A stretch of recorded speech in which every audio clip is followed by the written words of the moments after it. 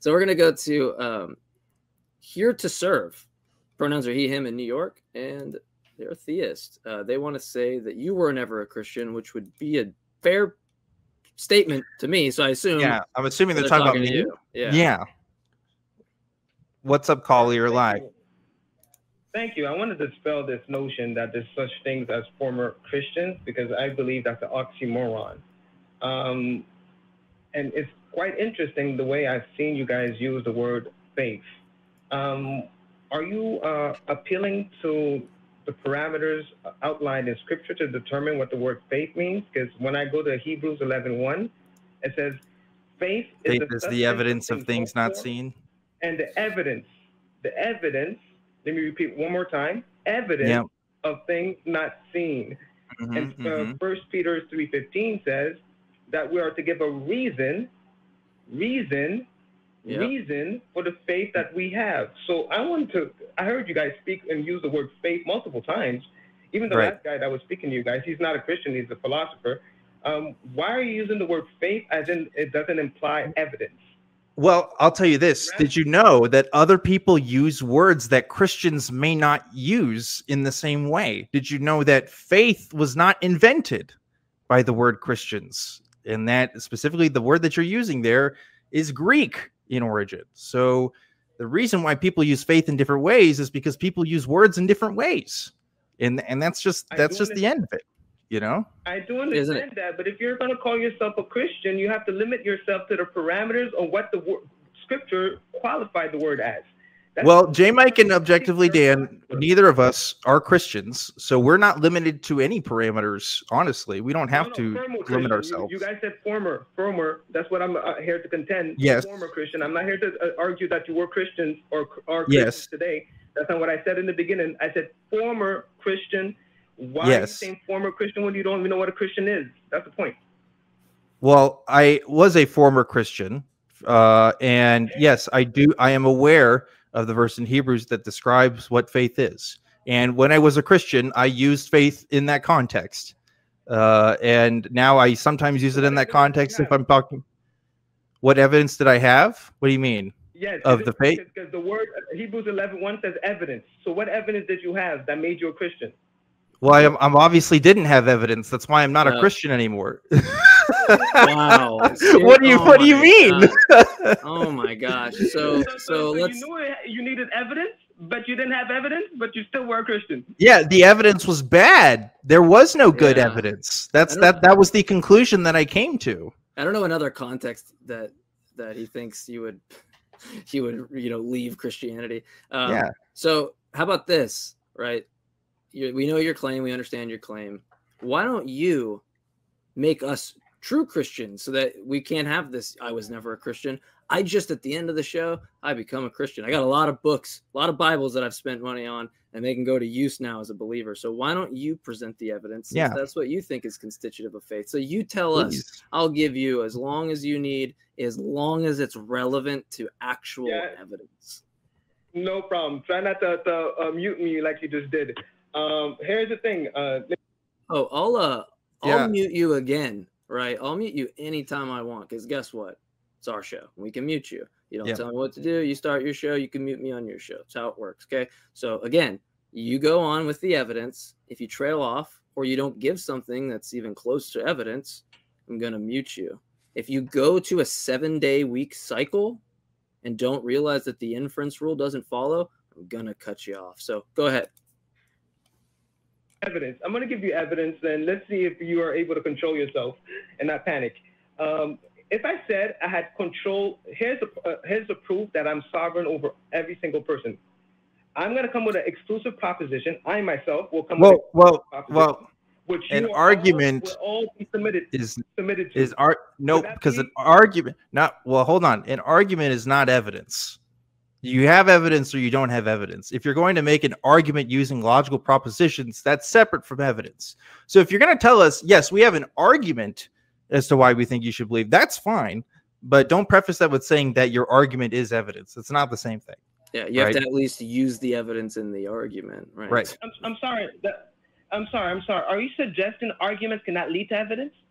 No, he's asking you for the content within. Look, you can give an argument. You need to give the content within it. Right? Yes. No. Evidence. I'm gonna give you the content of my argument, but are you suggesting arguments don't not lead? No, arguments don't lead to evidence. I don't think so. I don't think that's how it works. Evidence leads to arguments. It's the other way around. So arguments do not lead to evidence. So no. How can I even discuss with a person that doesn't have his head on his shoulders? Arguments do not lead to evidence? Arguments don't lead to evidence. Evidence leads to arguments. Why would you argue evidence into existence? Evidence leads to arguments. Evidence leads to... Yes, evidence leads to arguments. That's what I said. That's what he said. First. So you're saying it's not the reverse. So when people go to court and they argue a point, isn't that... Look, guess what? No. They're using evidence to make their arguments. Yes. Lawyers do not come up with arguments first and say, okay, I got my argument. Let's look at the evidence now. That's not how that process works. Oh my God. You guys, it's best. Look, it seems that you're in agreement. You're trying like just agree. Just agree with Dan here, since it seems that you are in that agreement, unless you think the other way works. Wait. And just move on. Is there not an argument for gravity? There's evidence for gravity. What's the evidence for gravity? What's the evidence for that? Here it is. You should look at. You got it for you on camera. Yeah, you should look at the novel. What's the evidence? Yeah. You should look at the novel predictions that were produced. Right. They exist, right? I mean, like everybody knows the person, right? You can just look up Einstein, you can look up relativity, right? There's a lot of things you can do. Yeah. And the evidence, right, makes an argument for gravity. So yeah. Okay, so thank you again. So let me ask you again a simple question. When it comes to gravity, isn't that an argument? When you say the theory of relativity, is that not an argument, a proposition, and then we're testing it, and that by that we say it's evident? No. True? No, you're getting it confused. We don't pull the propositions out of our butts. We come up with the propositions because we look at the evidence first, right? It's the evidence that leads us to the conclusion. The conclusion it being, our giving us our belief in that sense.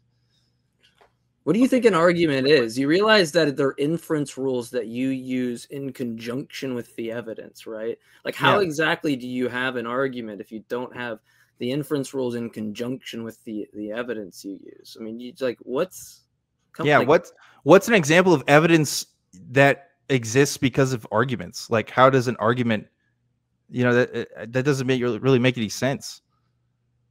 How about I give you one example? If I throw something in the air, it's going to fall back down. Here's my argument. There's a force pulling down the object. So that is what I can consider as gravity. That's my argument. Okay. What are you saying? So your observation based on the evidence that you threw a rock up and it came back down led you to a conclusion that gravity exists. So your argument is that gravity exists based on the evidence that you found.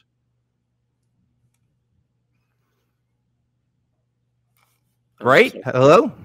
I'm sorry. That was an accident. Okay. I didn't mean to. That's what I've been saying from the very beginning. Thank you for agreeing now. Back to my original statement. If I make a proposition that's exclusive to me and you're all subject to it, and I say that's a sign of my sovereignty over you, is that not conclusive enough as evidence that I'm sovereign over you? What? Wait, you're just saying it? You just say that you're sovereign? And that we're supposed to believe that's true because you say so? I don't understand. Is that what I said? I'm gonna say one more time. I don't know. I'm trying to clarify. Okay, I'm gonna speed this up. We're getting to the end of the show. When's the part that you make the argument for God, right? Because that's the part that I'm waiting on. So could you give the argument? Start with premise one, right, and then tell me what the evidence you're using, and then if you know how an argument works, since you're an expert at it. You tell me what inference rules are used in the argument and how you're connecting them so that you can draw your conclusion. So what's premise one? Go ahead. Thank you for muting me. First of all, I don't have to put it in syllogistic form. I don't have to put it in a syllogistic form. Again, back to my original. Do you know what an argument is? Right? rhetoric is one thing. Like I can just spew rhetoric, but if you want to actually formulate an argument, right? What an argument is like a trail of, you actually have to have a trail of reasoning with inference rules that are valid, and you have to have premises that are sound. If you don't have that and you want to concede you don't have that, that's fine. We'll move on to other callers, but don't say that you do and then don't do it. Wait. Did you just suggest that every argument has to be in syllogistic form? I'm asking you, do you have an argument? Do you have do you have a premise? Every time I catch you, you're yeah, your argument. Yes, your argument with that. Yes, yeah, your argument needs to contain. Made in the court of law, it has to be in syllogistic form. No, your argument that's taking evidence, right? Yes, whenever you have a trail of reasoning, there needs to be a valid inference rules that are applied, and the premises need to be true. So yes, that's how they work. If you can show me another way that works, or that's not being done, go ahead. Okay, right, so again, so I just proved that not every argument has to be put in syllogistic form. Thank you. So, I don't think you did. I don't think you did, but even if you did, even if you could, you failed. But so go ahead and just present the argument, because it's really annoying that you keep deferring to things that aren't the actual argument. So just give premise one, or just give the argument in your terms, even though I can just put it in to logic form and show what inference you make. I can do it for you if you're unwilling to do it. Thank you again for showing that I don't have to put it in syllogistic form. So here's my argument. You don't. I'll do it for you, is what I'm saying. Since you can't. Yeah, but I don't have to. Again, thank you very much. No, so I'm saying you don't have to, but I will do it for you. So go ahead. No, you can do it. But again, we don't. I don't have to put it in syllogistic form for it to be true. I'm here to say that is true or evident. So I don't have to do that. So here's my argument. If I said I am sovereign over you, and here's the sign, I will come with something exclusive proposition, and you will all be subject to it, submitted to it. Is that not enough to be evidently true that I'm sovereign over you? What? It depends on. I don't even know. Don't understand. Let me repeat one more time. No, I don't. What the hell do you mean sovereign over us? Does that mean that we're like you make us go to the store and we have to buy you whatever you want? What does that mean? Yeah. Do we clean your house? Like, do we? It's not our fault that you've reified nothing to anybody and you're just making words come out your mouth. What do you mean? Okay. I'm sorry. The word sovereign means I rule over you. I'm sorry. I know what sovereign means, right? I know what sovereign means, but you're saying? Wait, I don't understand. Let me have a step at this, J-Mac, please. Okay, so you're saying you're going to make an exclusive proposition, and if you prove that proposition true, therefore you get to have sovereignty over us. I don't know how proving a proposition to be true gives you the right to tell me what to do. Like, what does that have to do with sovereignty?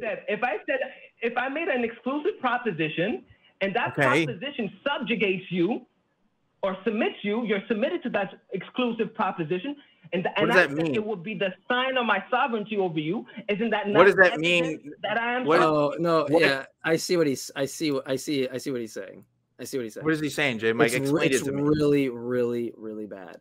So the reason that if I accept a proposition and you present the evidence to me, and that's the reason why I accept it, no, you don't have sovereignty over me. You presented independent evidence that, guess what? If you didn't exist or you died and someone else presented it, or I stumbled upon it myself, it just means that the evidence convinced me. It doesn't mean the evidence has power over me. It doesn't mean that the person has sovereignty over me. Right? I was the one that came to the conclusion that the evidence and the inference rules follow. So what you're saying is just like totally out of left field, not even like related to anything. Because you would agree that if the proposition is true, the evidence doesn't matter who presents it to me. It doesn't matter if you put it in a nice little bow for me or on like a platter. It doesn't matter. It doesn't give sovereignty. It's such an incoherent point. Wow. I said if I came with an exclusive proposition that you're all subjugated to, as I said, this will be the sign of my sovereignty. Exclusive proposition. That exclusive means is only me. Okay, buddy. What does it mean? You will be subject to it. Isn't that not proof that I am sovereign over you? What does it mean that I no? Hang on. What does it mean that I have to? Inference is so bad. Sorry. What does it mean that I have to be subjugated to a? Oh my God. Oh my God. What does it mean that I have to be subjugated to a proposition? This is what I am confused on. What does that mean? I don't think it's worth the time. But what does that mean? I'm subjugated to a proposition. It goes back to my friggin' 7-day cycle argument. You're subject to it because he's predicted it. That's my point. You're subject to it. It's exclusive to the. What does that mean? You're subject to it as a sign. What does that mean? Keep it. Don't you keep a 7-day cycle, you friggin' moron, nincompoop? Don't you keep a 7-day cycle? So because you're not gonna call someone a moron on the show. It's your one warning. And yeah, I shouldn't even have to give you that. You should just know not to do that. Because I keep a 7-day cycle, that means I'm subject to it. But that doesn't mean that like it has rulership over me. I said it. He predicted it, and it's exclusive to him. Stop diverting and stop. Okay. I'm awesome. We're gonna remove him, but I'm actually gonna address what he's saying because by parity of reasoning, he's subject to any science. So all scientific discoveries, I don't know if you know this, they're not making metaphysical claims, right? So if by parity of reasoning, by your reasoning, that it's the case that these novel predictions don't bake in these metaphysical things like you're doing with the 7-day week cycle and it proving Jesus and all this stuff. If that's the case, wait a second, that means that science is sovereign over you and materialism is sovereign over you because it had an exclusive proposition you didn't know about and it convinced you of it, unless you want to make the extra assumption, which is that God was responsible. And if you want to do that, then you have to demonstrate that proposition because that's how propositions work, right? You don't get that. So call back when you don't have a weak argument like your weak arguments in the past, or call back when you actually have evidence or you know how evidence works in an argument, and we'll deal with it accordingly.